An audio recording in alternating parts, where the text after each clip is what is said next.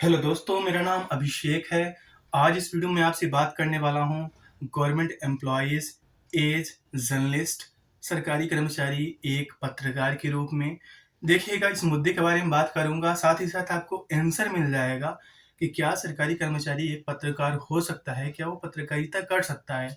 ठीक ना? देखिएगा, पहले मैं एक एग्ज़ाम्पल लेता हूँ, मैटर समझता हूँ। ओवरऑल गवर्नमेंट की क्या पॉलिसी रही थी और साथ ही साथ कहाँ तक हमें छूट मिल जाती है, गवर्नमेंट एम्प्लॉयज़ की छूट मिल जाती है, वो सारा मुद्दा हम समझ जाएँगे। तो ब्रीफ में बात करूँगा, काफ़ी मज़ेदार टॉपिक है। देखिएगा, होता क्या है, जम्मू कश्मीर में होता ये है कि वहाँ के पत्रकार, वहाँ के जो रिपोर्टर्स हैं, उनकी जो लॉबी है, मतलब जो जर्नलिस्ट ऑफ कश्मीर हैं, वो सरकारी कर्मचारी government employees of Jammu Kashmir के खिलाफ आवाज़ उठा रहे थे। इस बात की आवाज़ कि सरकारी कर्मचारी हमारी जॉब छीन रहे हैं, वो हमारा काम कर रहे हैं। दे आर गवर्नमेंट एम्प्लॉइज़, वो सरकारी कर्मचारी हैं, लेकिन जो मीडिया हाउसेस हैं, वहाँ की जो जॉब्स हैं, लाइक कंटेंट राइटर हो गया, वॉइस ओवरिंग का हो गया, वॉइस आर्टिस्ट का हो गया, आकाशवाणी पे हो गया, दूरदर्शन पे हो गया, इंटरव्यूअर का हो गया, तो सारी जॉब तो अब सरकारी कर्मचारी कर रहे हैं एज पार्ट टाइम।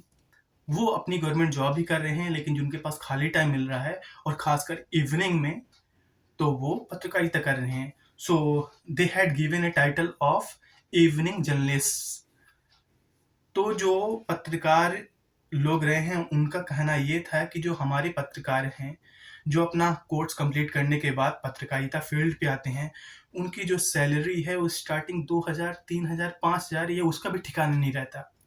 हाँ, कोई-कोई लकी होता है कि ज़्यादा पा जाता है, या फिर विद टाइम उनकी अगर पेमेंट बढ़ती है, लेकिन कोई जॉब सिक्योरिटी नहीं रहती, कोई उनको कवर नहीं रहता इंश्योरेंस वगैरह का। तो ये आरोप लग रहे थे।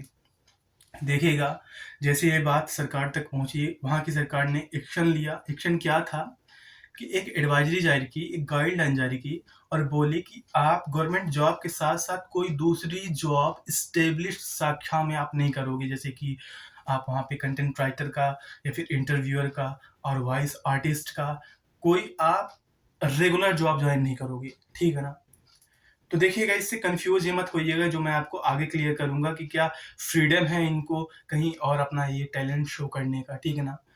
तो वो ऐसा था कि मान लीजिए कि मैं गवर्नमेंट जॉब कर रहा हूँ, सरकारी कर्मचारी हूँ, तो मैं किसी और, जैसे मान लीजिए कि एक और कोई संस्था है, जो कि एक न्यूज़पेपर एजेंसी है, तो उसमें मैं कोई डिफाइंड मैं वहाँ पे जाके पोस्ट नहीं ग्रहण कर सकता कि लाइक सब एडिटर या फिर उसका सीईओ, कुछ भी मैं नहीं बन सकता। यहाँ तक कि इस एक्सटेंट तक वहाँ पे ये जो रिफ्रेन है या फिर जो वहाँ पे बाउंडेशन है, वो लागू किया गया है और इसी का हवाला वहाँ की सरकार ने दिया था। बाद में दूसरी तरफ जितने भी फंक्शंस हो रहे थे, क्योंकि गवर्नमेंट एम्प्लॉइज़ जो भी रहे हैं जम्मू कश्मीर में, तो वो जो भी पत्रकारिता कर रहे थे, वो काफ़ी हाई क्वालिटी के, हाई लेवल की रही है। तो उनका जो इन्फ्लुएंस है पब्लिक में, वो गवर्नमेंट एम्प्लॉइज़ के तौर पे तो रहा ही है, लेकिन एक पत्रकार के तौर पे उनका काफ़ी दबदबा बना है। अब आप देखिएगा, मैं यहाँ पे सीधे किसी का नाम लूँ कि ना लूँ, बहुत सारे ऐसे गवर्नमेंट एम्प्लॉइज़ हैं, जो कि अभी यूट्यूब के माध्यम से एक हमें टीच कर रहे हैं। टीचिंग इज़ वो सेम वही वैसे ही हो जाता है कि अगर आप किसी टॉपिक के बारे में हम एक्सप्लेन कर रहे हो, तो वो दैट्स इक्विवेलेंट टू जर्नलिज्म। तो उनकी पत्रकारिता, हमें सही बताऊँ, जो रियल के न्यूज़ चैनल न्यूज़ हाउसेस हैं, उनसे तो कहीं बेहतर लग रही है। तो सेम में ही जो government employees of Jammu Kashmir में हैं, उनके साथ हुआ है। तो देखिएगा, अब आप समझ पाए होंगे कि हुआ क्या था और सरकारी कर्मचारी किस लिए जो पत्रकारिता कर रहे थे, उनका विरोध इसलिए हो रहा था क्योंकि वहाँ के जो पत्रकार हैं, उनकी जो जॉब छिन रही थी, उनका स्कोप जा रहा था और साथ ही साथ जो सैलरी की बात करें, तो गवर्नमेंट एम्प्लॉइज़ ऑलरेडी उनकी सैलरी काफ़ी अच्छी होती है। उसके अलावा वो ओवर टाइम जो पार्ट टाइम कर रहे थे जर्नलिज़्म के तौर पे, जर्नलिस्ट के तौर पे, उसका उनको एक्स्ट्रा बोनस मिल रहा था। तो जहाँ एक तरफ पत्रकार को 3-4 हज़ार के लिए लगा रहता था, जो कि पत्रकारिता में अपना करियर बनाना चाहता है। दूसरी तरफ गवर्नमेंट एम्प्लॉइज़ जो कि जर्नलिज़्म एक शौकिया तौर पे कर रहे थे, तो उनकी सैलरी कहीं 60-70 हज़ार के लगभग पहुँच जाया करती थी, या ओवरऑल जो उनकी अर्निंग्स हैं। तो बात ये भी देखिएगा है क्या, जो पत्रकार हैं, जो जम्मू कश्मीर के पत्रकार हैं, वो इसी बात का हवाला दिए थे। लेकिन दूसरी तरफ मैं आपको और बताऊँ कि जो हमारी पॉलिसी है, जो सर्विस रूल है, उसमें कहीं पे भी बैन नहीं है कि आप अपना जो फ्रीडम ऑफ एक्सप्रेशन है उसे आप रोको। अगर आपका कंटेंट कलात्मक है, वैज्ञानिक है, अब कला में क्या आता है देखिएगा, कला में आता है नाचना, गाना, अ, कोई भी आर्ट का काम, पेंटिंग वगैरह, एवरीथिंग इज़ एन आर्ट। आप कुछ भी उठा के देख लीजिए, चाहे आप एक्टिंग करते हो, कॉमेडी करते हो, कुछ भी करते हो। उसके अलावा दोस्तों, जो वैज्ञानिक का हो गया कि मतलब कोई पढ़ाता है, कोई चीज़ें टीच कर रहा है, science, physics, chemistry, Hindi, English is also a science, क्योंकि एक डेफ़िनिट रूल पे आधारित है। तो ऐसी कोई भी चीज़ छूट नहीं दी है कि जो कि साइंस ना हो। साथ ही साथ साहित्य हो गया, साहित्य के बारे में भी है कि आप without any permission, without any prior intimation to your competent authority आप ये चीज़ें कर सकते हैं। And even you can publish your books, articles and you can perform on stages as well. मतलब आपका जो भी कला, विज्ञान और साहित्य क्षेत्र से रिलेटेड कोई भी चीज़ें हैं, आप किसी भी प्लेटफॉर्म पे उसे पब्लिश कर सकते हैं। तो सेम यही है कि आप यूट्यूब से भी मनी अर्न कर सकते हैं। मैंने कई सारी वीडियोज़ में आपके सामने लाया है, जो कि गवर्नमेंट एम्प्लॉइज़ कर रहे हैं, लेकिन ओपन बिज़नेस, ओपन सेलिंग वो नहीं कर सकते, ठीक है ना? दूसरी बात ये है कि जो गवर्नमेंट एम्प्लॉइज़ हैं, चाहे वो स्वतंत्र तौर पे अपने अभिव्यक्ति व्यक्त कर रहे हों, चाहे वो सरकारी कर्मचारी, एज जर्नलिस्ट जो काम कर रहे थे जम्मू कश्मीर पे, चाहे वो अपनी बातें रख रहे हों, तो वो कोई किसी सरकार के खिलाफ या अपोजिशन के समर्थन में या फिर ऐसी कोई भी नीति जो सरकार लागू कर रही है, उसका विरोध नहीं करेंगे। जो कि कोई अगर अपना point of view as a journalist रखता है, तो कहीं न कहीं कर रहा होता है, ठीक है ना?